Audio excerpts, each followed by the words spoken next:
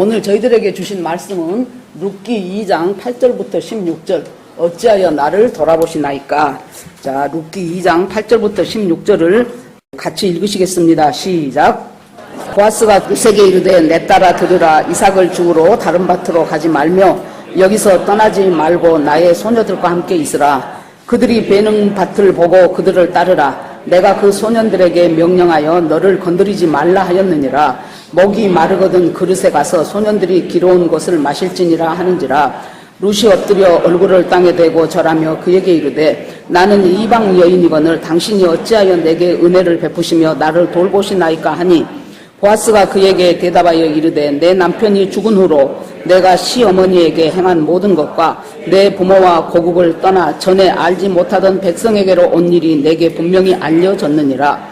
여호와께서 내게 행한 일에 보답하시기를 원하며 이스라엘의 하나님 여호와께서 그의 날개 아래에 보호를 받으러 온 내게 온전한 상 주시기를 원하노라 하는지라. 룻이 이르되 내 주여 내가 당신께 은혜 있기를 원하나이다. 나는 당신의 하녀 중에 하나와도 같지 못하오나 당신이 이 하녀를 위로하시고 마음을 기쁘게 하는 말씀을 하셨나이다 하니라. 식사할 때에 보아스가 룻에게 이르되 이리로 와서 떡을 먹으며 내 떡 조각을 초에 찍으라 하므로 룻이 곡식 빼는 자 곁에 앉으니 그가 볶은 곡식을 주매 룻이 배불리 먹고 남았더라. 룻이 이삭을 주스러 나아갈 때 보아스가 자기 소년들에게 명령하여 이르되 단 사이에서 죽게 하고 책망하지 말며 또 그를 위하여 곡식 다발에서 조금씩 뽑아버려서 그에게 죽게 하고 꾸짖지 말라 하니라. 아멘. 기도하겠습니다. 하나님 감사합니다. 오늘 이 시간 이곳에 있는 모두에게 우리 하나님께서 은혜와 하나님의 능력과 자비와 주님의 긍휼과 하나님께서 내 인생을 향하여 어떻게 자비를 베푸셨는가를 하나님 알고 그 은혜 가운데서 지금부터 영원히 살기를 원하는 아버지의 그 심령이 저희들이 될 수 있도록 주께서 우리 모두의 마음을 만져주실 것을 믿습니다.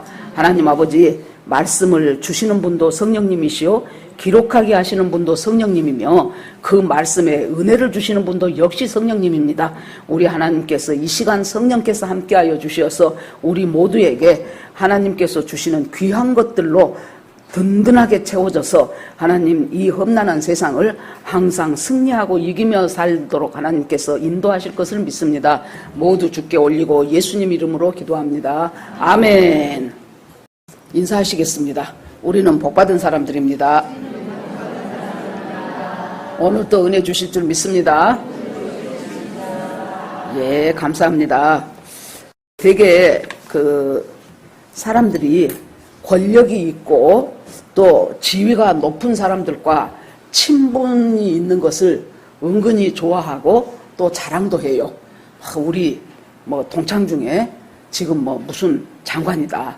또 우리 고향 큰아버지가 지금 어디에서 굉장히 지금 큰일을 하나 하고 있다. 이런 것을 기뻐하고 그 사람들하고 친분이 있는 것을 자기가 힘이 된다고 생각해요. 그런데 이상한 것이 온 우주에서 가장 높으신 하나님하고는 안 친하려고 그래요. 사람하고는 친하고 싶어 하면서. 그리고 하나님께서 친해지자고 하면은 죽겠다고 도망가고 내민 손을 거절해버리는 것이 우리 인간들입니다. 오늘 잠깐 복음 찬송 하나를 같이 우리가 감상을 하시겠습니다. 어둠 속 헤매이던 내 영혼 갈 길 몰라 방황할 때에 주의 십자가 영광의 그 빛이 나를 향해 비추어 주셨네. 주홍빛보다 더 붉은 내 자 그리스도의 피로 씻기며 완전한 사랑 주님의 은혜로 새 생명 주께 얻었네. 은혜 아니면 나서지 못하네. 십자가의 그 사랑 능력 아니면 나서지 못하네. 은혜 아니면 나서지 못하네. 놀라운 사랑 그네 아니면 나서지 못하네.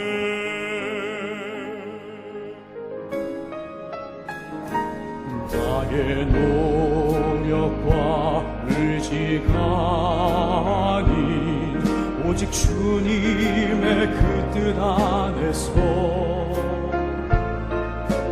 의로운 자란 내게 말씀하셨네.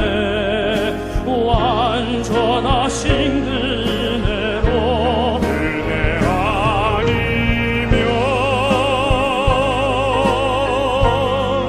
나서지 못하네. 십자가의 그 사랑 능력 아니면 나서지 못하네. 은혜 아니면 나서지 못하네. 놀라운 사랑 그네 아니면 나서지 못하네. 이제 나 사는 것 아니요 오직 예수 내 안에 살아계시니. 나의 능력 아니요 주의 능력으로 이제 주와 함께 살리라. 오직 은혜로 나 살아가리라. 십자가의 그 사랑 주의 능력으로 나를 서리라. 주의 은혜로 나 살아가리라. 십자가 사랑 네 능력으로 나 살리라. 주 은혜로 나 살리라.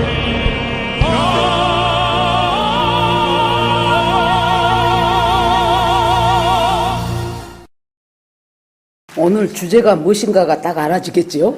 예, 예, 주님의 은혜입니다. 아시다시피 베들레헴에서 살고 있던 나오미와 그 남편 엘리멜렉과 두 아들을 데리고 그 땅에 기근이 들었어요. 그래서 여기 있다가는 방법이 없다, 대책이 없다. 우리가 이민을 가자. 그러고 있는 재산들 처분해가지고 모압 땅으로 이민을 갔습니다. 아마 거기서 잘 살아보려고 굉장히 애썼을 거예요. 적응해서 여기서 그래도 우리가 뿌리를 내리자 하고 그랬는데 남편 죽고 두 아들 죽고 이제 과부 3명만 남은 거예요. 그러는데 어떤 소식이 들리냐면은 하나님께서 내가 살던 베들레헴 땅을 권고하셔서, 권고하신 것은 잘 돌보아 주셔서 모든 흉년과 기근과 그 피해는 다 지나가고 이제 하나님께서 풍성하게 그 땅을 축복하셨단다 하는 소리를 들어요. 그래서 나오미가 이 과정 가운데서 뿌리 내려보려고 애쓰다가 제대로 되지도 않고 거기다가 그곳에서 함께 일해야 될 자기 집의 기둥 같은 남편하고 두 아들이 죽어버렸어요. 그러니까 여러분 잘 보십시오. 베들레헴이라는 말은 떡집이라는 소리였어요. 떡집, 떡 만드는 집. 하나님의 말씀의 떡이 있는 곳이에요. 그곳을 잘 살아보려고 떠나니까 잘 살아졌습니까? 사망만 찾아온 거예요. 남편 죽고 두 아들 죽고 그래서 이제는 나한테 내가 너희들을 어떻게 할 재주가 없다. 그런데 하나님께서 우리 백성을 이렇게 권고하셔서 풍성하게 살게 하셨다니 나는 이제라도 내 고향으로 돌아가야 되겠다. 소문을 듣고 돌아가리라. 뭐 누가복음 15장에 나온 탕자도 쥐염 열매도 없어서 돼지치는 열매도 못 먹고 있다가 그때 뭐 생각해요? 우리 아버지 집은 풍성한데, 우리 아버지 집은 품꾼도 이런 거 안 먹고 사는데, 이제 내가 아버지 아들이라고 도저히 염치가 없어서 못하겠고, 이제는 내가 아버지 품꾼의 하나로 나를 써주소서 하고 돌아가리라 그랬어요. 여러분, 소문을 듣고 마음에 감동이 오면 그 다음에 행한 것이 돌아가는 거예요. 지금 내 형편이 어쩌든지 간에 만약에 이 사람이 나오미가 벼룩이도 낯짝이 있지, 내가 거기 있는 거 아마 간다고 할 때 다른 사람들이 말렸을 거예요. 야, 그 어떻게 이방 땅을 가냐. 그래도 하나님이 있고 선지자가 있고 제사장이 있는 이 땅에서 있으면 하나님께서 얼마 지내면 회복시키시지 않겠냐 그랬을 거예요. 그래도 아니요, 희망이 없어 그러고는 떠나갔겠지요. 그래서 그 모든 것을 다 탈탈 떨리고 거기다가 남편 죽고 자식 죽고 고향 땅을 돌아가리라고 생각할 때 얼마나 많은 번민과 갈등과 혼돈이 있었을 것입니다. 그럼에도 불구하고 돌아와요. 그러니까 그 중에서 며느리 하나는 가버리고, 이 이제 어머니의 백성이 내 백성이고 어머니의 하나님이 내 하나님이라는 그 작은 며느리 룻과 함께 젊은 과부 늙은 과부가 쌍으로 지금 돌아오는 것입니다. 그럴 때 1장 마지막 절에 가면은요, 이 성경에 뭐라고 말씀하셨냐 그러면은 모압 여자가 며느리가 나오미와 함께 돌아오니 그때가 보리 추수 시작할 때였다고 했어요. 지난주일에 우리가 맥추 감사절을 지냈습니다. 보리 추수가 시작해서부터 그 보리 추수가 끝날 때까지 이 맥추절이었더라 그 말이에요. 그 말은 뭔 말이에요? 곡식이 풍성해지기 시작했다는 거예요. 이 사람들은 살아갈 아무런 대책이 없어요. 남아있는 땅도 없고 재산도 없고 일해줄 남자들도 없고, 두 과부가 지금 이 고향 땅으로 돌아오는데 그때가 마침 우리가 그냥 사실로 적어놓은 것 같지요. 그 시기가 그렇더라. 그것이 아니고 보리 추수가 시작할 때였어. 우리나라 속담에 곡간에서 인심 난다는 말이 있습니다. 내 곡간이 풍성하면은 아무래도 내가 거기서 인심을 쓰게 되더라는 거예요. 그런데 이때가 보리 추수니까 최소한 그 보리밭에 가서 이삭죽기라도 해서 먹고 살 것을 꾸릴 수 있는 그 시기를 맞춰서 하나님께서 나오미의 마음을 감동시켜서 그곳에 오게 하셨어요. 이렇게 해놓고 2장으로 딱 넘어가면은 엘리멜렉의 친족 중에 유력한 사람이 있는데 그 이름이 보아스더라 하고 느닷없는 사람 한 남자 하나가 딱 등장합니다. 엘리멜렉은 나오미의 남편이에요. 그 친족이에요. 친족이라는 것은 나중에 여러분들이 다 배워서 알지만은 나를 구속할 자, 나를 구원할 자, 고엘이라는 뜻이에요. 그 고엘이라는 뜻은 친족 중에서 어떤 사람이 땅을 지금 자기가 가난해가지고 없어갖고 누구한테 팔았어. 그러면은 그 친족이 와서 그 사람한테 그 돈을 주인한테 갚아주고 다시 돌려줄 수 있는 것. 그래서 땅이 회복해요. 희년은 50년 만에 한 번씩 오는데 어떤 경우라 할지라도 그때는 희년이 됐을 때는 무조건 그 땅을 원주인한테 돌려줘야 돼요. 그러니까 땅값이 희년이 많이 남았다, 앞으로 45년 남았다 그러면 땅값이 비싸. 그런데 앞으로 2년 남았다 그러면 2년 있다가 다시 돌려줘야 돼요. 그러니까 그때는 땅값이 무지하게 싸요. 그러니까 땅 투기가 없어요. 그러지 않겠습니까? 다시 돌아가야 되는데 이 희년, 그래서 이것이 땅은 그렇게 해주고, 두 번째, 사람이 잘못했고, 하나님은 같은 백성들끼리 노예를 삼지 않아요. 그런데 이 사람들이 살다 보니까 돈이 없어지고 뭘 잘못하고 그래가지고 돈을 빌려줬는데 못 갚고 하면서 종이 될 수가 있어요. 이 종이 된 경우는, 이 종은요, 희년까지 기다릴 필요도 없어요. 친족 중에서 유력한 사람이, 힘 있는 사람이 언제라도 가서 그 종값을 주인한테 주면 언제라도 이 사람은 풀려날 수가 있었어요. 이거 하나님이 만드신 법이지 인간이 만든 법이 아니지요. 그것이 구속자인데 여기서 보아스라는 사람이 유력한 사람이다. 유력한 사람하고 여러분들이 성경 밑에 딱 그 주 달아놓은 것을 보면은 부자라고 써졌어요. 경제적으로 이 사람을 능력이 있는 사람이에요. 그러면은 나는 경제적인 능력이 없으니까 나는 유력한 자가 못 되겠구나. 그것이 아니에요. 유력한 자는 누구냐?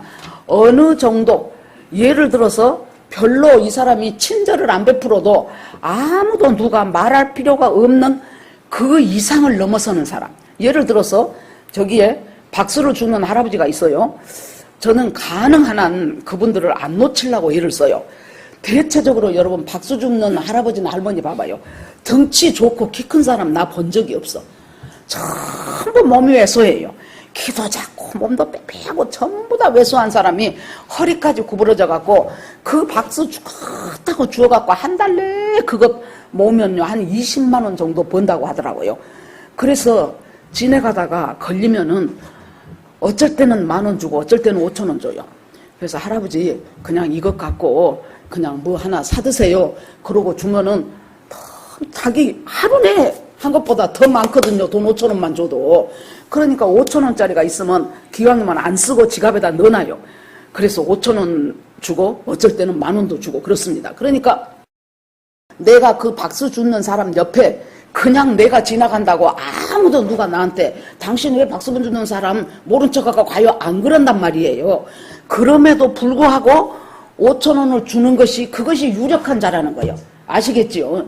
유력한 자라는 것은 내가 베풀지 않아도 될 호의를 한 걸음 나가서 베풀어 주는 것.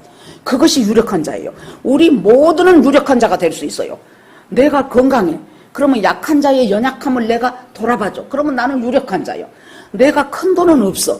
그런데 저 사람이 지금 어려울 것 같다. 그러면 그 사람한테 뭐 하나 해주는 것.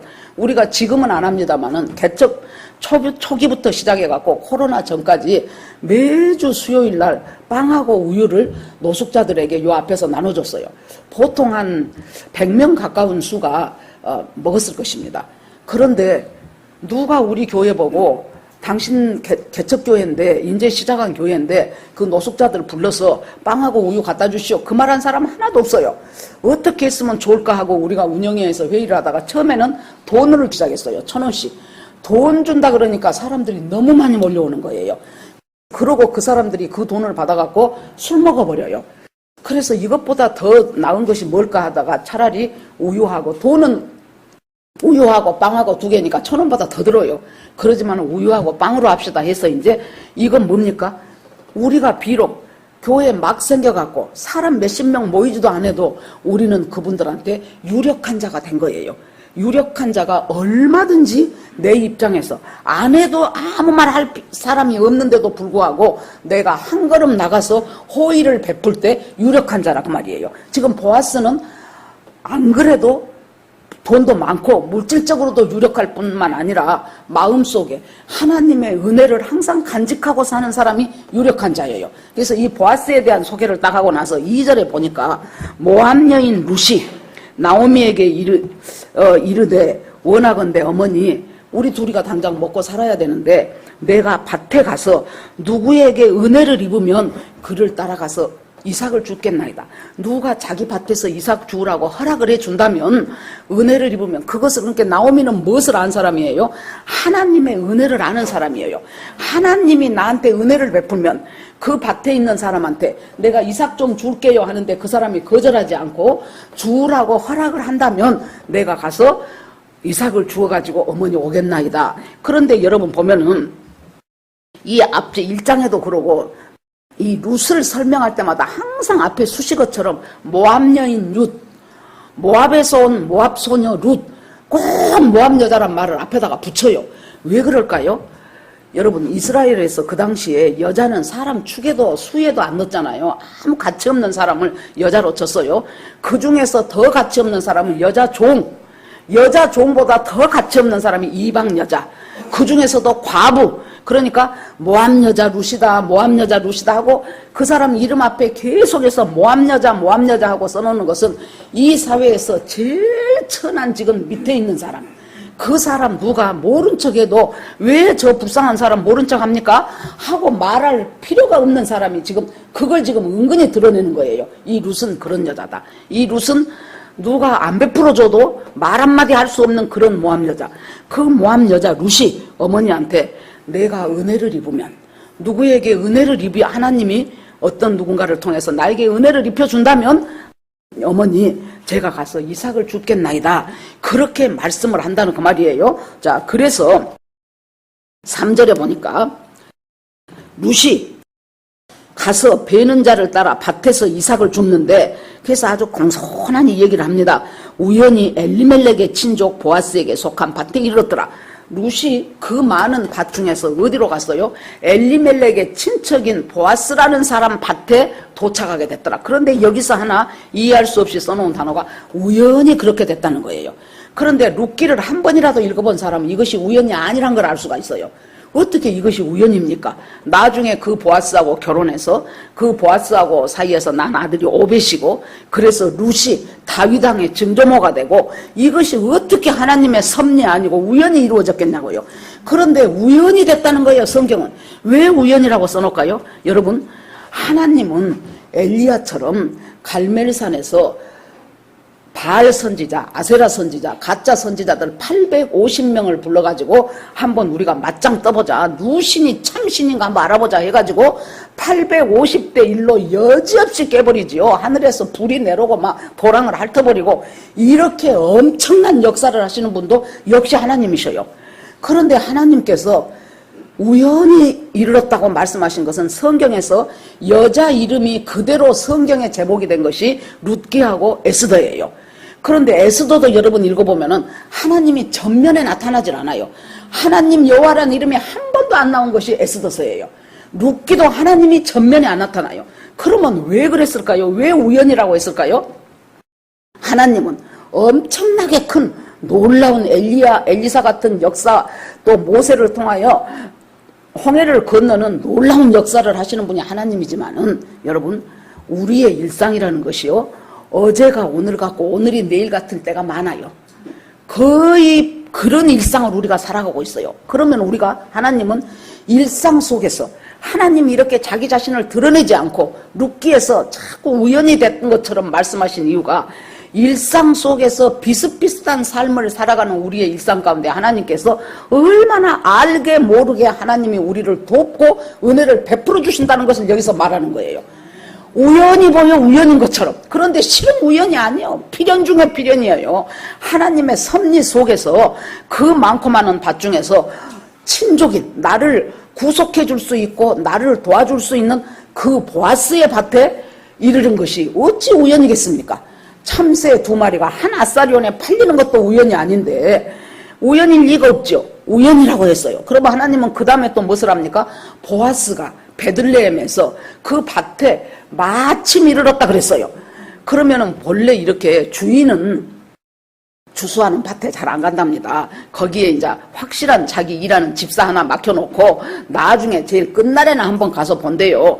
그런데 보아스가 그날은 웬일인지 밭에를 가보고 싶은 거예요. 그렇게 해가지고 밭에 도착하니까 룻이 있는 거예요. 여러분, 모세도 보세요. 자기 어머니가 갈대상자 만들어가지고 이제 더 이상 애가 커서 이제 이 애를 그대로 있다가는 이제 애기 울음소리도 커지고 이거 이제 온 가족 멸절당하겠네 싶어가지고 갈대상자에 넣어서 띄워보내줘요. 나일강강에. 그러고 그 누나 보고 네가 가서 한번 어디로 간가 봐라. 그랬더니 그때 너무나도 딱 맞게 바로의 그 공주가, 아니 그때 애굽이 굉장히 목욕 문화가 발달했다 그래요. 그 좋은 목욕탕들 다 놔두고 갑자기 이 여자 마음속에 나일강에 가서 거기서 목욕 좀 해보고 싶은 거예요. 그래서 시녀들 데리고 나오는데 마침 그때 무엇이 옵니까? 둥둥둥둥 갈대상자가 하나가 내려와요. 그래서는 저것 좀 갖고 와봐라 하고 열어보니까 거기서 애기가 응행하고 울었는가 빵긋거리고 웃었는가는 모르겠지만은 그 애기를 보는 순간 마음이 확 쏠려버리는 거예요. 그래서 그 애를 자기 아들로 삼죠. 이것이 우연입니까? 아니에요. 하나님의 섭리 가운데 우리 인생에 우연은 없어요. 여러분, 우리가 지금 이 제자들 교회에 와서 이렇게 서로 같은 교회에서 말씀 듣고 신앙생활 한 것이 여러분 우연이라고 생각합니까? 절대로 아니에요. 하나님의 필연이고 하나님의 섭리 속에서 내 인생이 펼쳐져요. 그래서 내가 누구를 만나든지 간에 그 만나는 사람, 내 부모, 우리가 선택해서 안 나왔잖아요. 내 남편, 내 아내, 내 자식 전부 하나님의 섭리 속에서 만나게 된 사람이에요.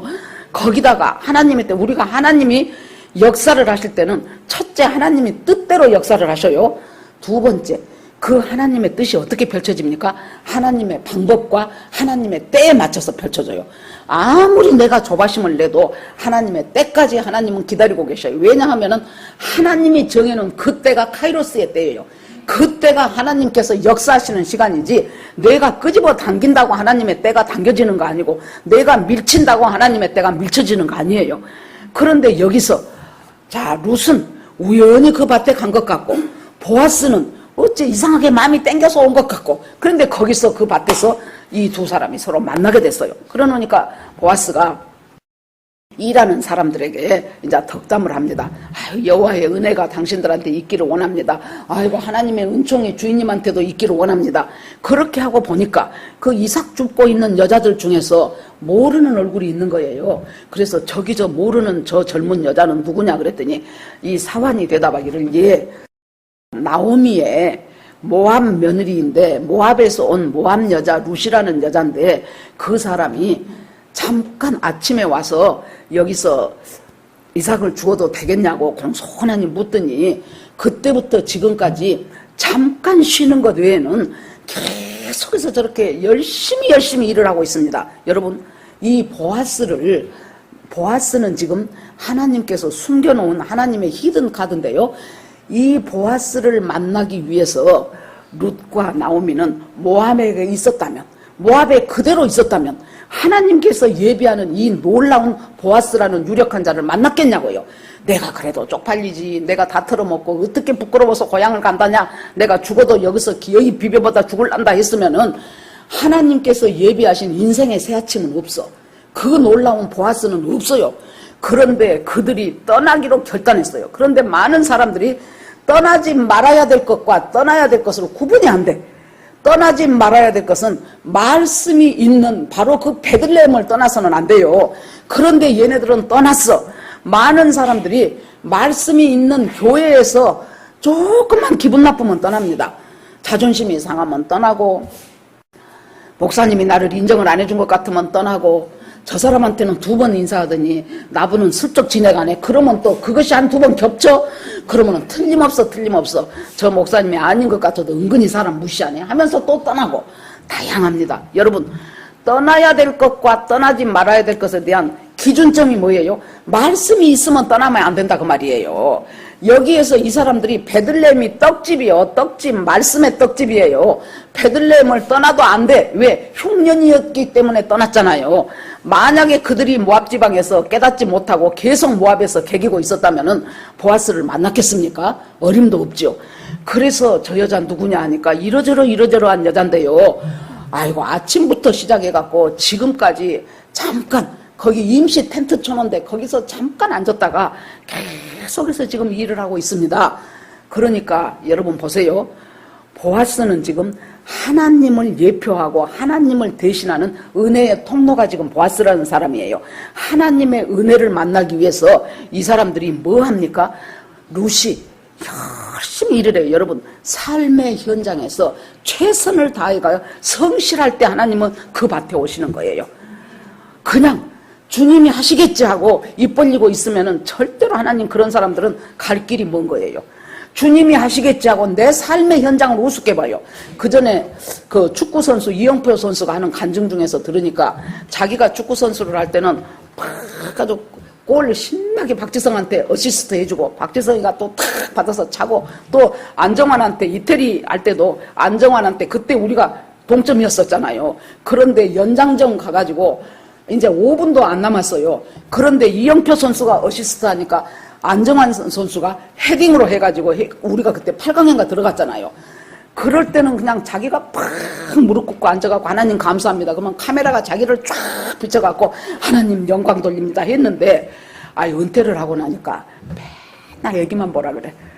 그래갖고 나를 애가 뭐 셋이나 되더라고요. 맨날 그냥 정신없이 애 보고 기저귀 갈고 분유 먹이고. 어느 날 자기가 하나님 앞에, 하나님 이게 뭡니까?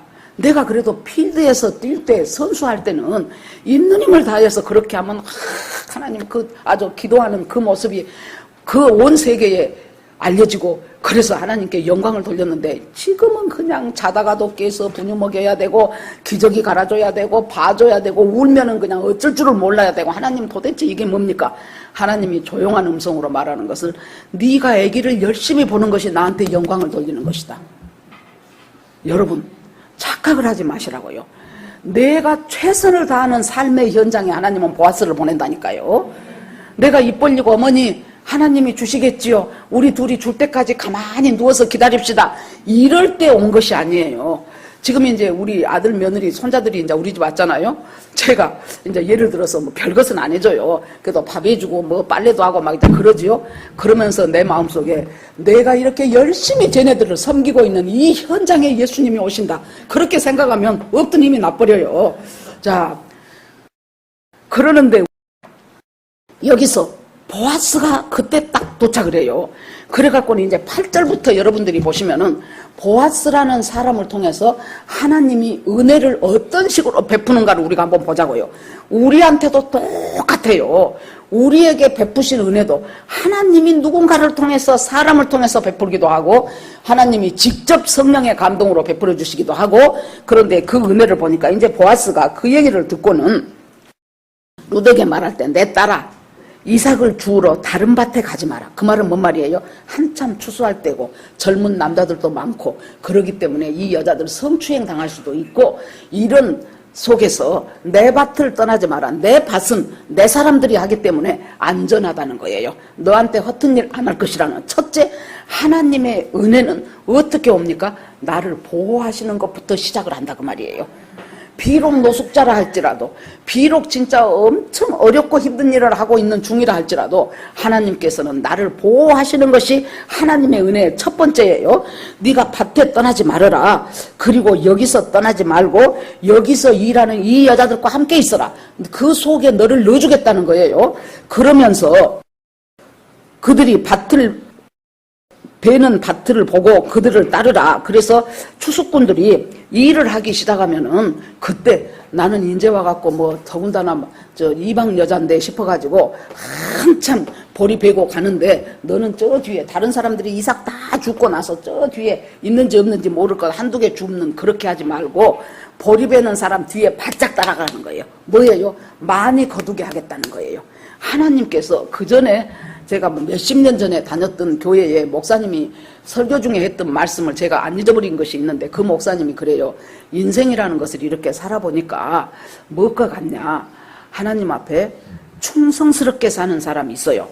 하나님이 은혜를 줘서 사는 사람이 있어요. 어떤 사람은 아침부터 밤까지 정말로 일을 하는데도 꼭 배를 타고 가다 보면 배가 바람이 맞은편에서 불어와갖고 역풍을 만나서 죽겠다고 노를 저어도 그 자리에 뱅뱅 도는 것 같은 인생 있지요. 나까지는 있는 힘을 다해서 하고 수고하는데도 무엇이 되들 않고 풀리지를 않는 인생이 있어요. 그 역풍을 만난 인생이 있고 그 다음에는 자기가 노젓는 만큼 가는 내가 노력한 만큼 결과가 나는 인생이 있고 가장 좋은 인생은 내가 노력한 것보다 뒤에서 바람이 불어와 그래갖고 순풍이 불어갖고 내가 이만큼 했는데도 뒤에서 힘차게 내 배를 밀어줘갖고 내가 노력한 것보다 훨씬 더 앞으로 잘 나갈 수 있게 해주는 것 그것이 하나님이 우리에게 주시는 은혜라 그 말이에요. 여러분 그래서 우리는 은혜를 구하는 자가 돼야 돼요. 뭘 구합니까? 제일 중요한 것이 하나님의 은혜 속에서 은혜를 구해요. 마태복음 5장에 산상수훈에서 심령이 가난한 자는 복이 있나니 천국이 저희 것이며 그랬죠. 심령이 가난하다는 그 말을 깊이 들여다보면 무슨 뜻인 줄 압니까? 하나님 나는 하나님 은혜가 없으면 살 수 없는 사람입니다. 그것이 심령이 가난한 자예요. 그걸 아는 자가 심령이 가난한 자예요. 나는 하나님 내가 머리가 좋아서 사는 것도 아니고요. 내가 돈 벌 능력이 출중해서도 아니고요. 나는 하나님 은혜가 없으면 살 수 없는 사람입니다. 하나님 은혜로 나는 살아가는 존재입니다. 그것을 고백하는 것이 심령이 가난한 사람이라는 거예요. 그런데 이제 여기에서 그 배는 보세요. 보아스가 그래? 이래도 돼요. 그래 네가 나오미 며느리냐? 아이고 그래 열심히 잘 일하고 그래 오늘 하루 일 열심히 하고 수고해라. 그래도 누가 그것만 해줘도 고마운 거예요. 그런데 뭐라 그래요? 보호해 주겠다. 다른 밭에 가지 말아라. 그리고 저출소하는 일꾼들이 볼이 뵐 때 저 뒤에 멀리서 따라오지 말고 바짝 붙어라. 바짝 붙어서 막 뺄 때 그때 떨어진 것이 많을 거 아닙니까? 그 바짝 붙어서 주어라. 즉 뭐예요? 은혜 인생이요. 네가 노력한 것보다 더 많이 거둘 수 있게 하겠다는 거예요. 이 귀한 하나님을 왜 우리가 구하지 않습니까? 하나님에게 은혜 주시는 하나님을 구해야 되는 것이 우리가 가지고 있는 특권이자 의무이자 책임이다 그 말이에요. 그러면서 바짝 따라서 그 일하는 사람들, 그러면서 그 일하는 남자들한테는 뭐라 그래요? 저 여자 건들지 말어. 지금 모압에서 온 남편 없는 여자라고 우습게 보지 말고 괜히 쓸데없는 농담 따먹게 하지 말고 괜히 성희롱 하지 말고 저 여자 건들지 말아라. 거기다가 너희는 또 벤다고 저만큼 가라고 하고 갑질하지 말아라. 이렇게 하시면서 목이 마르거든. 여기에 지금 물이 이제 일하는 데고 이제 하니까 물이 많은데 여기서 물 뜨지 괜히 남의 밭에 물 얻으러 간다든가 우물가에 가서 물 가지고 온다든가 하면서 시간 버리고 사람들한테 노출되고 그럴 것 없이 이 물 그대로 마셔라. 즉 뭐예요?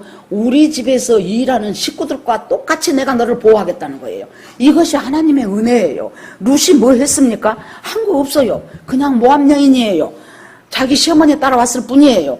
그런데 보아스가 이렇게 친절해. 이것이 바로 아까 찬양에서 말했던 은혜 아니면 살아갈 길이 없다는 거예요. 우리가 그 하나님의 은혜가 막 기가 막히게 어느 날 기도원에 갔더니 막 엄청난 은혜가 쏟아져 갖고 그냥 내가 그냥 하나님의 막 성령의 은사를 그냥 예언의 은사, 투기의 은사, 방언의 은사, 통변의 은사, 막 치유의 은사 엄청나게 받아 갖고 왔다.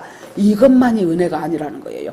하나님이 드러나지 않는 것 같은 속에서 이 모양으로 도와주시고 저 모양으로 살펴주시는 그것이 은혜고 그 사람이 유력한 자라는 얘기예요. 그러니까 이제 룻이 있다가 너무 지금 감사하고 기가 막혀갖고 엎드려 얼굴을 땅에 대고 절하면서 그 얘기를 해. 나는 이방 여인인데 어찌하여 당신이 내게 은혜를 베푸십니까? 나 이상만 주라고 해도 좋은데 어찌하여 이렇게 보호하고 물도 마셔라. 그 남자들 보고는 절대 이 여자 함부로 하지 말아라. 이렇게 은혜를 베푸시면 나를 돌아보시나이까. 자, 은혜를 베푼 하나님이 있으면은 그 은혜에 반응하는 사람이 하나님의 신부예요. 여러분 믿음 좋은 사람이 뭐예요? 하나님이 나에게 베풀어 주신 그 은혜에 대해서 이것이 하나님께 나와서 하나님이 나한테 주신 은혜구나 하는 것을 알고 그것에 대해서 반응하는 거예요. 반응의 첫 번째가 무엇입니까? 감사예요. 하나님 내가 무엇이 간데 나에게 이런 은혜를 베풀어 주십니까? 제가 우스운 얘기를 하나 할게요. 제가 한 달 4주 중에서 첫 번째 주에는 11조 헌금을 합니다. 두 번째 주일에는 보통 제가 감사헌금을 합니다. 이번이 두 번째 주잖아요. 그런데 어제 괜히 내 마음속에 다음 주에 감사헌금 할까? 괜히 그 생각이 드는 거예요. 다음 주에 할까? 꼭 내가 두 번째 주에 해야 될 필요 있어? 다음 주에 할까? 그래서 지갑 속에다가 헌금을 돈을 안 넣었어요. 그러고 있는데 이제 컴퓨터 인터넷으로 한번 유튜브를 한번 봐야 되겠다 하고는 딱 보는데 거기에 이렇게 뭐 알고리즘 그래갖고 뭐 뜨잖아요. 거기에 유명한 목사님인데 제목이 딱 나와 있어. 반드시 감사헌금을 하십시오. 꼭 저한테 말한 것 같더라고. 반드시 감사헌금을 하십시오. 그것이 제목이요. 딱 그것밖에 안 봤어요. 그건 내가 안 찍어봤어요. 그래서 야 이건 하나님이 나한테 하라고 한 것인갑다. 그러고 얼른 이제 서랍 속에 있는 이제 그 지갑에서 꺼내갖고 내 가방 속에다가 넣었어요. 여러분 어찌하여 하나님이 이 모압 여인인 나한테 아무런 은혜를 받을 자격도 조건도 한 일도 없는 나한테 어찌하여 당신이 나에게 이렇게 은혜를 베푸십니까? 어찌하여 나를 돌아보시나이까? 그것에 대한 주님이 주신 은혜에 대한 우리의 반응은 감사예요. 원 없이 감사하십시오. 헌금으로도 감사하고 누군가에게 베푸는 것으로도 감사하고 입으로 하나님께 감사하고 찬양하고 그렇게 해서 그러니까 이 보아스가 또 뭐라고 말합니까? 네가 남편이 죽은 후로 네 시어머니 행한 모든 것과 네 고국과 네 부모를 떠나 알지 못하던 백성에게 한 그 모든 일이 나한테 다 알려졌다. 내가 다 알게 됐다. 네가 네 시어머니한테 그 늙은 시어머니 자기는 부모와 고국을 떠난다는 것은 여러분 그 당시에는 모든 안전감을 다 뒤로 해버렸다는 거예요. 부모와 거국은 내가 살아가는 삶의 근거예요. 내 생활의 근거예요. 근데 거기를 떠나버린다는 것은 내 근거를 떠나버린다는 거예요. 떠난다는 것이 그냥 살짝 갔다가 온다는 것이 아니에요. 뒤도 안 돌아보고 다시는 안 올 각오로 온다는 것이 떠나는 것이에요. 강력한 의미라고요. 그러는데 그 모압을 뒤도 안 돌아보고 나의 터전이 됐고 내 삶의 근간이 되었던 그 모압을 다 버리고 내가 어떻게 하겠다는 거예요? 알지 못하던 것. 이 지금 이스라엘에서 살아본 적도 없는 그 남모르는 그곳에 가서 여러분 보세요. 우리가 같은 한국인데도요. 고향만 떠나도 적응이 잘 안 돼요. 제가 국민학교까지 전라남도 자운군에서 살다가 우리 어머니가 교육열이 너무 좋아가지고 그 당시에 나를 대도시인 광주로 학교를 보냈어요. 와, 적응 안 되대. 우리 학교에서 나 한 명 갔거든요. 아는 애들이 한 명도 없어. 거기다가 이제 친구들은 보면 전부 이제 광주에서 온 애들이 거의 태반이지요.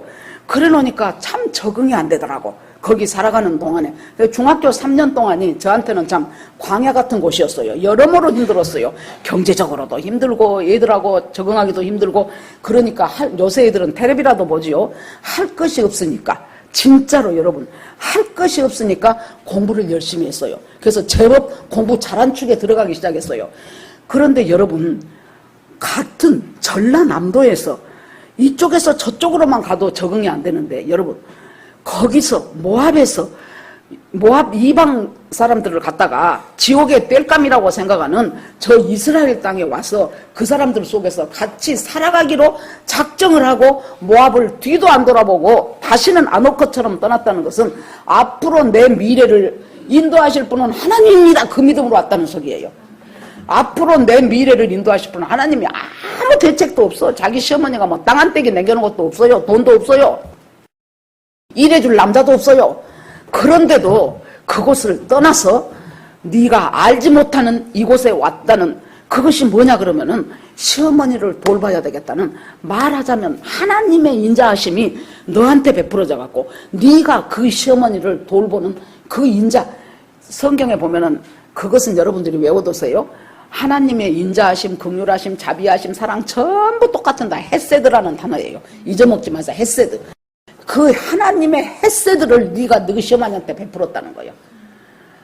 아무 대책 없잖아요. 이 시어머니 와봐야 지 혹밖에 안 되잖아요. 그럼에도 불구하고 알지도 못하는 이스라엘 땅을 향하여 자기 고국과 자기 삶의 근거지는 던져버리고 그곳을 향하여 있는 힘을 다해서 미래를 알지도 못한 채 하나님을 의지하면서 내 미래의 책임은 당신이 질 것입니다 하고 따라온 그 너의 그 인자 시어머니를 향해서 베푼 그 인자가 내가 다 들었다는 거예요. 다 알게 됐다는 거예요. 하물며 이방 여인인 네가 너희 시어머니한테 그 인자를 베푸는데 나는 하나님을 경외한다는 내가 너한테 이 인자를 헤세드를 베푸는 것은 너무도 당연하지 않냐 그 말이에요. 자 여러분 하나님의 인자가 우리 받을 자격이 없는 우리한테 어떻게 풀어지고 있는 것을 저희들이 알 수가 있습니다. 자 그러면서 하나 더 가서 나의 인자뿐만이 아니고 여호와께서 너에게 하나님이 여호와께서 그의 날개 아래 너를 보호받으러 온 너한테 온전한 상 주시기를 원하노라. 거기다가 이제 축복합니다. 하나님이 네가 하나님 하나 믿고 이곳까지 와서 하나님의 날개끈을 아래서 거하고 싶다고 한 그 너를 하나님에게 온전한 상 주시기를 원하노라. 자 우리에게 한번 적용을 해볼까요? 하나님은 이 사람이 지금 어떤 상태에 있든지 이 사람이 모함 여자든지 장녀든지 뭐 무슨 과부든지 상관없이 하나님 나는 주님의 은혜가 아니면 살 수가 없는 사람입니다를 고백하는 그 여자한테 하나님이 그 날개 아래서 보호해 주면서 온전한 상으로 채워준다는 것을 우리가 알아야 돼요.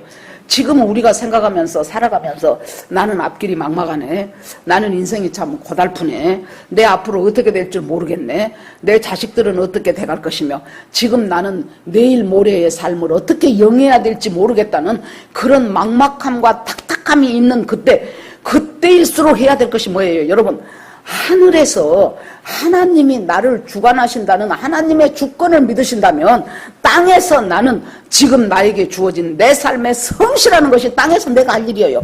그 성실이 첫 번째가 뭐예요? 하나님의 날개그늘한테 내가 거하는 거예요. 나를 도와주실 분은 하나님밖에 없습니다 하고 하나님의 날개그늘 아래 거하기를 원해서 네가 여기를 찾아왔는데 그런 너에게 하나님께서는 반드시 상 주실 것이다 라고 얘기를 해요. 그러면서 보아스는 이 여자하고 지금 주고받는 얘기를 하면서 뭘 깨달았을까요? 아, 이 여자는 나보고 돌봐주라고 하나님이 모압에서 여기까지 보내준 여자구나. 나오미의 집을 다 망해버린 나오미의 집을 다시 세워주라고 하나님이 이 여자를 나에게 보내주나. 그걸 지금 이 보아스는 지금 깨달아가고 있는 중이에요. 그러니까 룻이 주여 내가 당신께 은혜 있기를 원하나이다. 나는 당신의 하녀 중에 하나만 또 못한 사람인데 이렇게 나를 위로하시고 내 마음을 기쁘게 하시는 말씀을 해주십니까? 여러분 우리가요 하나님 뜻이다라고 생각하고 가는데도 인생이 탁탁할 때는 참말로 하나님 뜻이 맞을까? 내가 이거 잘못 생각한 거 아닐까? 그래져요. 룻도 내가 우리 시어머니 섬기겠고 하나님에게 내 일생을 맡기겠다고 왔는데도 살아가면서 순간순간 스치고 지나가요. 과연 내가 이거 잘한 것일까? 정말로 이것이 하나님 뜻이 맞을까? 아니면은 내가 지금 이거 착각하는 거 아닌가? 그럴 때 지금 누가 있어요? 옆에 보아스가 뭐라고 합니까? 네가 하나님의 날개끈을 아래 지금 거하려고 왔지? 네가 선택하고 너희 시어머니 도와주려고 햇새들을 가지고 온 네 선택은 정말로 옳은 선택이다 하고 격려해 주는 거예요. 여러분 우리 공동체라는 교회 공동체는 뭐예요? 이것 하는 거예요. 저 사람이 믿음으로 살아보겠다고 하는데 믿음으로 산다고 하면서도 순간순간 내가 과연 잘하고 있을까? 예를 들어서 선교사로 떠났다고 칩시다. 그런데 선교사로 가갖고 주님의 뜻입니다 하고 갔는데 거기서 마누라는 암 걸려 선교하려는 데서 우리 서영용 선교사님이 방글라데시 갔잖아요. 우리 제자들 교회에서 참 초창기부터 우리 교회에서 참 수고 많이 여러분들이 한 헌금으로 방글라데시 선교하고 거기서 뭐 탁구 사역도 하고 뭐 학교에 뭣도 하고 하면서 이제 또 성경 번역도 하고 이렇게 살아가는데 한 번 뭐 탁구 저도 이제 잘은 모르겠는데 뭘 해가지고 그때 자기 아버지가 1,500인가 2,000인가를 필요하다고 해서 보내줬는데 그게 사기를 당해버렸어요. 그런 적이 있었어요. 그 다음에 또 그 학교 뭐 사역하는 데는 또 어려움이 또 있어갖고 이 정의파인 서성교사님이 굉장히 그 분노했던 적이 있었다고 하더라고요. 거기다가 이제 결정적으로 현숙 사모가 자궁 경부암에 걸려버렸어요. 근데 방글라데시는 의료시설도 안 좋아가지고 한국에 와서 이제 수술을 했어요. 그러면 여러분 생각을 해보세요.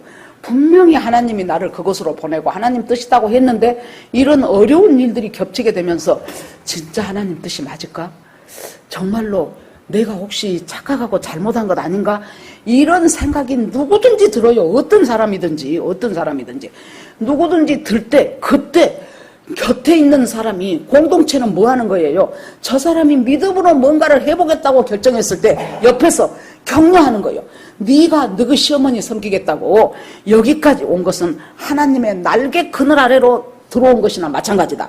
그러면 하나님께서 너를 충분히 보호하고 너에게 상을 주실 것을 내가 믿는다고 격려의 말을 해주는 것. 당신 어려운 것 같아도 분명히 그것이 하나님 뜻이고 하나님께서 당신과 함께 하실 것이요. 지금 어렵지만은 지내놓고 보세요. 믿음으로 살아가다 보면 분명히 옛말할 날이 있을 것이요. 그때 세상에 내가 그때는 그렇게 어려운 시절이었는데 그렇게 힘든 시절이었는데 세상에 하나님이 기기묘묘하게 내 인생을 이렇게 인도하고 보아스 같은 그 아주 나에게 큰 도움을 준 사람을 나한테 보내주셔가지고 그 어려움을 다 하나님께서 이기고 이렇게 했다고. 이것이 그래서 우리가 서로 믿음으로 살아보고자 하는 자 아니면은 낭망해갖고 믿음으로 살아야 되는 생각도 못하고 있는 자 이런 사람들한테 우리가 말로 기도로 물질로 사랑으로 계속 격려해 주는 것 이것이 공동체가 할 일이고 이것이 교회가 할 일이다 그 말이에요. 그런데 누가 조금 새로 오신 분이 예를 들어서 좀 뭔가 열심을 내려고 하면 아이고 젊은 것들은 다 그래 너도 살아봐 하면서 그거 그냥 늙은 씨암탉 같은 소리만 하고 있으면 안 된다니까요. 어쩌든지 격려를 해주셔요. 격려하고 위로하고. 그러니까 뭐라고 말해요? 나 같은 자한테 당신 같은 유력한 사람이 그 말씀을 해주시니 내 마음에 큰 위로가 되고 내 마음에 커다란 기쁨이 됩니다. 우리는 모두 누군가로부터 위로가 필요한 사람이요, 누군가로부터 기쁨으로 우리가 격려가 필요한 사람이에요. 아무도 나한테 위로를 안 해주지요. 그러면 내가 나를 위로하면 돼. 내가 나를, 너 참 고생했다. 저 가끔 한 번씩 그래요. 오송자 부족하지만은 네가 지금 이 제자들 교회 17년을 맡아서 하고 있는데, 그래, 사람들은 몰라준 것도 있고 네 마음속으로 혼자 팍팍할 때도 있고, 이것이 과연 내가 잘하는 것일까 하고 마음속에 힘들 때도 있고, 그러지만은 너 참 수고했다. 아무도 수고했다고 안 하니까 내가 나한테 수고했다고 하는 거예요. 너 참 수고했다, 고생했다. 그러면 기분 좋게 어디 가서 이번에는 뭐 맛있는 것 좀 먹어라, 그럼 우리 남편하고 우리 둘이 밥 먹으러 갑시다 한다든가. 여러분, 그래서 공동체는요, 위로가 필요하고 그 믿음으로 살고자 하는 사람한테 격려가 필요하고, 거기다가 그래서 당신이 주신 그 말씀을 하니까 내가 결정 잘했지. 내가 고국을 떠나고 내 부모를 떠났어도 내가 시어머니한테 인자를 베풀기 위해서 여기 와서 이렇게 한, 이것은 하나님이 잘했다고 나한테 격려해 주신 것이지 하는 것을 루시 깨닫게 되는 거예요. 그래서 당신이 하신 그 말씀이 정말로 위로가 되고 내 마음에 큰 기쁨이 됩니다. 그러니까 이제 거기다가 또 어떤 교제를 합니까? 밥 먹을 때가 됐어요. 그랬더니 보아스가 다 불러. 자기 집 일꾼들을 다 부른데 룻도 불러요. 얘는 지금 자기 집 일꾼이 아니잖아요. 그런데 불러갖고 음식을 같이 먹자는 거예요. 음식을 같이 먹자는 것은 뭡니까? 이 교제권 안에, 더군다나 이스라엘에서는 같이 먹고 마시는 것은 이제 한 식구다 그 말이에요. 자, 계시록 3장 20절을 봐보세요. 볼지어다 내가 문 밖에 서서 두드리노니 누구든지 그 음성을 듣고 네 문을 열면 내가 너에게로 들어가고 너는 나로 더불어 먹고 나는 너로 더불어 먹으리라. 같이 먹는다는 거예요. 교제가 형성된다는 거예요. 이제부터 너는 여기서 우리하고 같이 식사하는 우리의 교제의 대상이다. 너는 그냥 하루 이삭 죽고 가버리는 그런 상대가 아니고 너는 이제부터 우리의 식솔이고 우리하고 같이 교제하는 교제의 대상이다. 여러분, 지금 보아스를 통해서 하나님의 일을 보세요. 하나님이 우리한테 은혜를 베풀어 헤세드를 베풀어요. 그 베푼 헤세드가 어떻게 구체적으로 나타납니까? 첫째는 뭐예요? 내 밭에서 머물러 내가 너를 보호할게. 나는 너의 보호자가 돼. 심심하면 저는 한 번씩 이렇게 거니면서 나의 산성이시오, 나의 방패시오, 나의 피난처가 되시며 나와 함께 하시며 나와 동행하시며 나에게 즐거움과 기쁨의 원천이 되신 하나님 아버지를 찬양합니다. 나 혼자 가면서 그러는 거예요. 여러분, 아무리 해도 그것 누가 돈 주라고 안 해요. 아무리 하나님을 찬양해도 하나님이 너 그만해라 안 그래요. 하나님을 나의 산성이시오, 나의 방패시오, 나의 보호자시오, 그 대신 하나님을 찬송합니다. 그래서 나의 보호자 되시는 하나님, 그리고 나서 나의 필요, 너 어디 딴 데로 물 들어가지 마. 그 말은 뭔 말이에요? 네 필요, 먹을 것, 입을 것, 네 필요를 내가 정확하게 안다는 거예요. 나는 염려해. 아이고, 이제 애가 점점 커가고 대학생이 돼가면 등록금도 해야 되고, 아이고, 또 이제 나는 지방에 사는데 서울로 가려면 또 집도 얻어줘야 되고, 내 모든 필요를 아시고 그 필요에 가장 알맞게 역사하시는 그 하나님의 은혜를 우리가 체험하면서 살라는 거예요. 그리고 나서 시편에 나온 것처럼 낮에 해도 밤에 달도 나를 상하게 못하고 나를 해치지 않도록 하나님께서 그늘이 되어서 우리를 보호하신다 그랬죠. 그러는데 그 까딱하면 성추행할 수도 있고 갑질할 수도 있는 그 젊은 남자들을 향하여 너 손대지 마. 너 손대지 마. 하나님의 사랑에서 우리를 끊을 수 없다 그랬죠. 우리가 몰라서 그러지요. 엄청난 하나님의 보호하심이 있어요. 너 손대지 마라. 아까도 제가 잠깐 그 얘기했는데 우리 교회 개척 초창기 때 이렇게 마을버스를 타고 가려고 하는데 저쪽에서 어떤 차가 하나 올라오더라고. 그런데 내가 거리를 계산할 때는 충분히 그 차가 나를 비껴갈 수 있는 거리였어요. 그러더니 그 여자가 일부러 그런 것은 아닐 텐데 나는 이렇게 가고 있는데, 마을버스를 향해서 가고 있는데 그 차가 오더니 나를 텅 하고 치더라고. 그러니까 그대로 뒤로 아스팔트에 텅 하고 떨어졌어요. 그랬더니 젊은 여자가 나와갖고 막 얼굴이 노래갖고 어쩔 줄을 모르더라고요. 그래서 내가 괜찮다고 그냥 가시라고 그랬더니 아니에요. 그래도 병원에 가봐야죠. 그래서 하기야 그러면 저 사람이 뺑소니가 되겠지 싶어서 그럽시다 갑시다. 그러고 이제 어디 병원을 갔어요. 그랬더니 거기서 뭐 엑스레이 한번 찍고 뭐라고 하면서 크게 상한 것은 없는 것 같다고. 그래서 그러면 됐지요 뭐. 그러고 내가 그 여자를 위로했어. 막 여자가 막 노래갖고 죽으려고 그러더라고. 젊은 여잔데. 그래서 괜찮으니까 가시라고. 뭐 뭔 일이 있으면 내가 다시 연락하마고. 그러니까 막 감사합니다 그러고 갔어요. 그러고 이제 그 병원에서 그 소리 듣고 나는 그대로 집에 와서 일상생활을 했어요. 그랬더니 보험회사에서 전화가 갖고 아이고 감사하다고 해서 아니 왜 저렇게 감사하다고 한 거.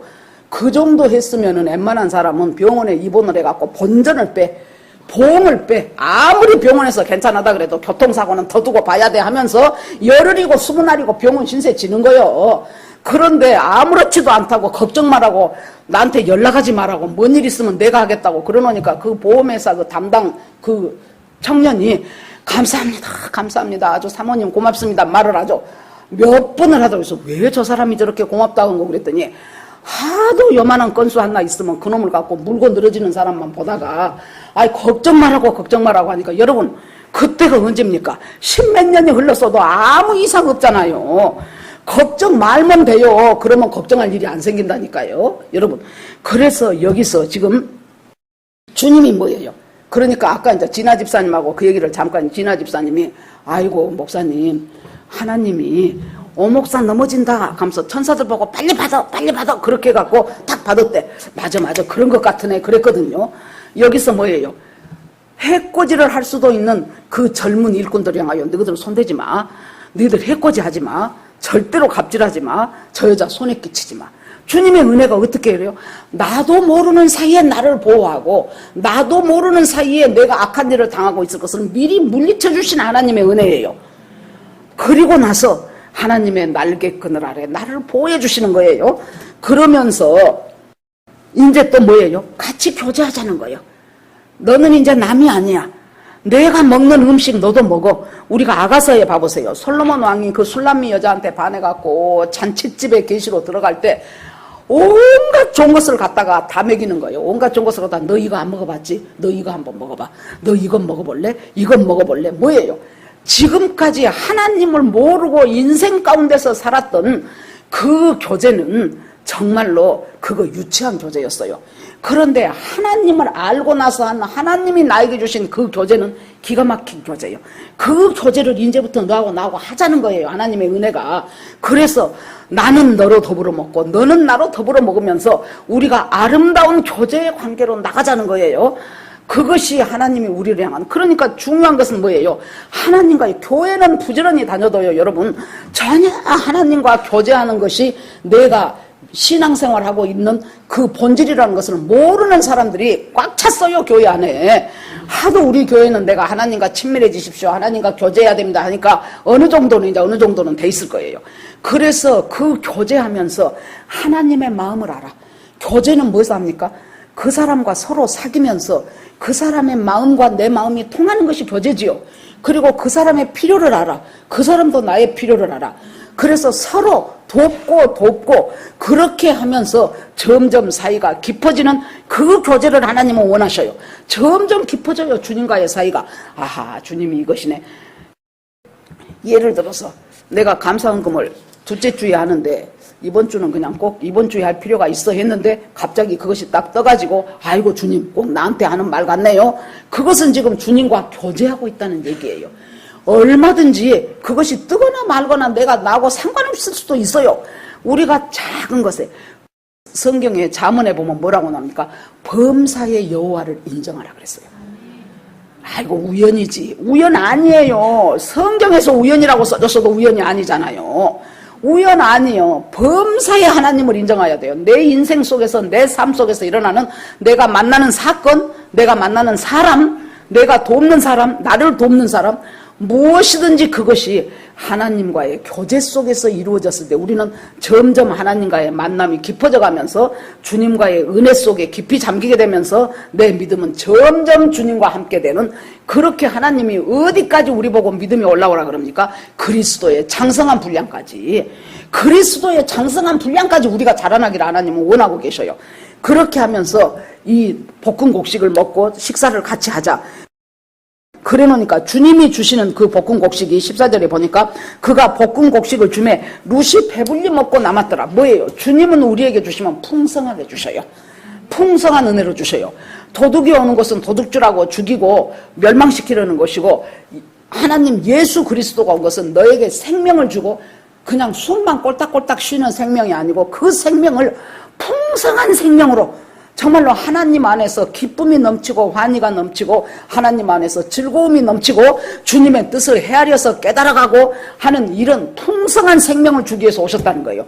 볶은 곡식 먹고 간신히 요기만 하라는 것이 아니고 먹고 남게 충분히, 오병이어때도 보세요. 5,000명이 먹고도 12광주리가 남았잖아요.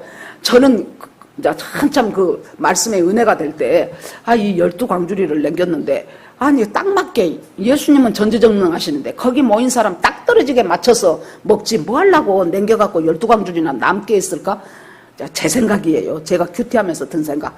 그때 우리 교회 막 개척하고, 뭔 생각이 드냐면, 내가 만약에, 이제 그 군중 중에 한 사람이어갖고, 오병이어로 만들어진 떡을 먹고 배가 불렀어요. 그런데 우리 집에 와갖고 우리 앞에 집 사람 보고, 아이고, 내가 오늘 벳세다 들판에 갔는데 2끼를 굶었지 않소? 그랬는데 세상에 그 예수라는 선생이 이만저만 해갖고 세상에 거기 있는 사람들이 다 먹고 12광주리가 남았어. 다 먹었다고. 전부 배불리 먹었다고. 그렇게 말하면, 그래? 뭐 그런 일이 있었어? 하는데, 그때 내가 남은 떡 조각 하나를 들고 왔네? 그래갖고 그 사람 보고, 이것이 그 떡이요. 그랬다면 어떻게 되겠어요? 얼마나 저 사람이 실감이 나겠냐고요. 아마 그것 때문이 아니었을까? 제 생각은 그랬어요. 하나님은 뭐예요? 곡식 볶은 거 간신히 요기만 하고, 허기만 면하는 것이 아니고 풍성하게 남도록 주셨다는 거예요. 그것이 하나님 은혜를 지금 계속 보고 있습니다. 우리가 하나님이 그동안 여러분과 나의 인생을 통해서 어떻게 그 인생의 은혜를 구비마다 베풀었는가를 한번 기억을 해보시라고요. 지금 나한테 불만족스러운 거, 그것에만 우리는 꽂혀요. 그것에만 꽂혀요. 그러니까 이스라엘 백성들이 그렇게 광야에서 하나님의 은혜를 맛보면서도 조금만 먼 일만 생기게만 하면은 모세를 원망하고 하나님을 원망하고 애굽으로 돌아가자 막 그랬죠. 민수기에서 이 사람들이 계속해서 그렇게 원망하니까 하나님이 불뱀을 보내지요. 불뱀이 막 무니까 그 사막의 불뱀은 무서워요. 독이 많아가지고 물면은 1분도 안 가서 사망을 해버린답니다. 그러는데 하나님이 모세로 하여금 긴 장대에다가 구리뱀을 만들어서 그것을 쳐다보는 자는 살리라 그랬죠. 여러분 보세요. 똑같은 불뱀이요. 땅에 있는 불뱀은 나를 물어 죽게 하는 불뱀이요. 장대 끝 높이 달려있는 저 예수를 상징하는 저 불뱀은 뭐예요? 나를 살리는 뱀이에요.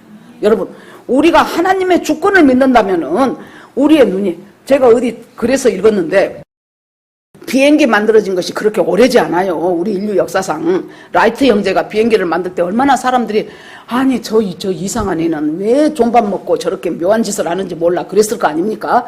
비행기가 만들어지고 얼마 안 됐을 때예요. 그러니까 약간 엉성해요. 그런데 그 조종사가 비행기를요, 여러분, 이제 몰았어. 비행기를 타는데 얼마쯤 바다 위인데 얼마쯤 갔는데 어디서 뭘 갉아먹는 것 같은 소리가 들리더라는 거예요. 그래서 귀를 자세히 기울여서 보니까 조종실 밑에 어디서 쥐가 전선을 갉아먹는 소리였어요. 그런데 만약에 이때 전선이 똑같 그 쥐 이빨에 끊어져 버리면은 비행기가 추락을 해요. 그러니까 이 쥐를 어떻게 다른 데로 보내려고 그 조종사가 막 비행기를 이렇게도 해봤다 저렇게도 해봤다 좌로도 틀어봤다 우로도 틀어봤다 계속해서 그 쥐 소리는 나는 거예요. 그러자 이 사람의 머릿속에 번개처럼 스치고 지나가는 섬광 같은 생각이 뭐냐? 올라가라. 고도를 올려라. 그래갖고 팍 고도를 올려가갖고 비행을 하다 보니까 그 소리가 안 나. 그래서 비행을 무사히 마쳤어. 나중에 와서 열어보니까 쥐가 거기서 죽어있더랍니다. 왜 죽었습니까? 고도를 높여버리니까 이 쥐가 기압을 못 이겼어요. 그래가지고 쥐가 죽은 거예요. 여러분, 우리 인생 가운데 내 인생의 감정이든지 믿음이든지 갉아먹는 일들이 많이 있어요. 이 쥐새끼가. 어떨 때는 내가 아파서 그것을 갉아먹고, 어떨 때는 내 자식이 심한 말을 해가지고 뜻대로 안 풀리니까 그것을 갉아먹고, 어떨 때는 직장에서 힘들어갖고 그것을 갉아먹고, 그럴 때 내 나름대로 왼쪽으로 돌아봤다 오른쪽으로 돌아봤다 이리 털어봤다 저리 털어봤다 해도 계속 갉아먹는 소리는 계속돼요. 그럴 때 어떻게 하는 거예요? 고도를 높여. 고도를 높이는 것은 뭐예요? 장대 끝에 있는 하나님 불변 보라는 거예요. 장대 끝에 매달아둔 그 하나님의 놀라운 역사 속으로 내가 쫙 하나님께 고도를 높여. 언젠가 보니까 그 소리가 안 들려서 보니까 쥐는 죽어 있는 거예요. 여러분, 이것이 예수 믿고 구원받은 사람들이, 일반 사람들은 가질 수 없는 놀라운 특권이다 그 말이에요. 이 특권을 누리는 저와 여러분이 되기를 간절히 축원합니다. 그리고 나서 이제 그날에 이제 다 하고 나니까 룻이 이삭을 주우러 일어날 때에 보아스가 자기 소년들에게 명하여 또 뭐라 그래요? 거기다 주님 하나 더 보태줘. 니들이 보리 배지 그 바로 너희들 바로 뒤에 저 여자 따라오지, 모함 여자. 보리를 비면서 은근히 아닌 척하면서 보리 빈 것을 한 주먹을 빼서 뒤에다 흘리라는 거예요. 한꺼번에 많이 줄게. 가다가 보리를 베면서 흘려. 이건 여러분 뭡니까? 우리가요 누군가를 도울 때 그 사람의 자존심을 상하지 않도록 도우라는 거예요. 아이고 집사님이 너무 어려워 보여서 내가 입더든 옷 갖고 왔어. 물론 그런 사람은 없지만은 행여라도 그러니까 누군가에게 도움의 손길을 내밀 때는 생각해 봐야 돼. 나한테 안 좋은 것이면 저 사람은 더 안 좋은 것이 돼요. 나한테 좋은 것을 저 사람한테 줘야 돼. 그러니까 저 같은 경우는 선물 사러 갈 시간도 별로 없고 또 그 선물을 저 사람이 좋아할지 안 좋아할지 모르니까 가능한 한 나는 돈을 줘요. 돈을. 그러는데 여러분 여기서 얼마나 보아스로 대변되는 하나님이 얼마나 우리의 섬세한 감정까지도 자상히 아는지 이렇게 해도 돼요. 아이고 그러면 너 수고했다. 집에 들어가 있어라. 내가 보리 한 가마 일꾼 시켜서 너희 집 보내줄게. 그래버리면 간단하지요. 그런데 이 여자로 하여금 자기가 일하고 그 대가를 받는 것처럼 그 일꾼들 보고 베고 빨리 한 주먹을 갖다가 그 여자 앞으로 살짝 던져놔라. 벨 때마다. 그래서 그 여자로 하여금 자기가 일해서 버는 것처럼 하지만은 실은 그것은 하나님의 헤세드로 이 여자가 지금 그 수확을 할 수 있게 만들라는 거예요. 그것이 우리 하나님이에요. 우리 인생을 통해서 하나님은 그렇게 베푸셨어요. 지금까지. 그래서 이 여자가 나오미가 저녁 때 돼서 다 자기 이삭 주신 것을 하니까 호멜이 여기 나오죠.